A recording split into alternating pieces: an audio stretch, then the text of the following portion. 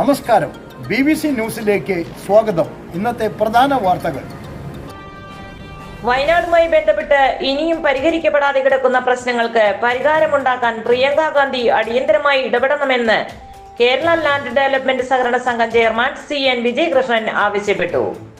വയനാട്ടിലെ ദുരന്തബാധിതരെ സന്ദർശിക്കാനെത്തിയ ലോക്സഭാ പ്രതിപക്ഷ നേതാവും വയനാടിന്റെ MPയുമായ രാഹുൽ ഗാന്ധിയുടെ സാന്നിധ്യത്തിലാണ് AICC ജനറൽ സെക്രട്ടറി പ്രിയങ്ക ഗാന്ധിക്ക് നൽകിയ നിവേദനത്തിൽ ലാൻഡ് ചെയർമാൻ CN വിജയകൃഷ്ണൻ ഈ ആവശ്യം ഉന്നയിച്ചത്.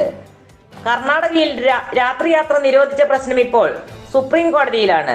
സുപ്രീം കോടതിയിൽ ജനങ്ങൾക്ക് അനുകൂലമായ നിലപാടെടുക്കാൻ കർണാടക സർക്കാരിനെ പ്രേരിപ്പിക്കാൻ പ്രിയങ്ക ഗാന്ധി രാഷ്ട്രീയമായി ഇടപെടണം. ബ്രിട്ടീഷുകാരുടെ കാലത്ത് നിർദ്ദേശിക്കപ്പെട്ട നഞ്ചൻകോട് നിലമ്പൂർ റെയിൽവേ ലൈനിന്റെ സാധ്യതാ പഠനങ്ങളൊക്കെ നടന്നതാണ്. ഏറ്റവും കൂടുതൽ ആളുകൾ യാത്ര ചെയ്യുന്നത് വയനാട്ടിലൂടെയാണ്. വയനാട് നിയോജക മണ്ഡലത്തിൽ മാത്രമാണ് റെയിൽവേ ലൈൻ ഇല്ലാത്തത്. നഞ്ചൻകോട് നിലമ്പൂർ റെയിൽവേ ലൈൻ വന്നു കഴിഞ്ഞാൽ എറണാകുളം ബാംഗ്ലൂർ റെയിൽവേ പാത ഏറ്റവും വേഗത്തിൽ എത്താവുന്ന പാതയായി മാറും. അതിന്റെ സാക്ഷാത്കാരത്തിനായി പ്രിയങ്ക ഗാന്ധി പരിശ്രമിക്കണം.